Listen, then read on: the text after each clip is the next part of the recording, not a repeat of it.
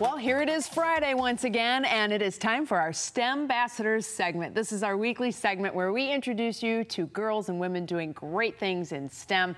And we have two phenomenal scientists joining us today from the Cleveland Museum of Natural History. We have Dr. Nicole Gunta, the Associate Curator of Invertebrate Zoology. I'm so excited I got that. And then Tammy Starr, an intern who's studying forensics and entomology. So bugs, right? Yes. That's what this is. And is there kind of a stigma with girls studying entomology?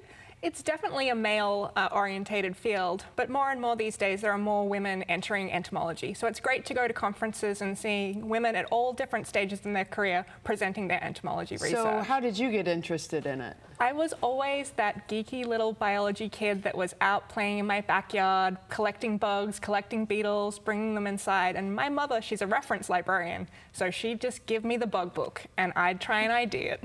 That's awesome. That's a really cool way to get started with it. What about you, Tammy? I actually used to be afraid of bugs when I was a kid. Just nobody in my family ever was really interested, and so forensics was my primary major at school. Entomology was a really easy transition for that, for a second major. I was doing it just for the second major, and I ended up falling in love with it after the first class. So talk a little bit about the forensic side of it too, because that's a pretty intense science to study. Yes, it is. There's a lot of different areas of forensics, and that's what makes studying it as a major so intensive. There's so many different, you know, DNA, entomology, all these different areas you have to study. And entomology is not really hit on as much in the primary major. So I was really excited to be able to do both. And so even though it's two science majors and it is pretty intensive, I get to get kind of the best of both worlds of what I'm interested in. So where are you studying now, and where do you hope to go career-wise? I am at Texas A&M right now. I'm about to go into my senior year, so I'm super excited. And after this, I'm going to be looking for PhD positions, hopefully. Really cool, research-based. Yes. And then what can people use forensics and entomology for otherwise? So a lot of the main use of entomology and forensics is estimating postmortem interval using time of colonization of flies. So there's been a lot of research into when flies colonize a body and how fast they grow.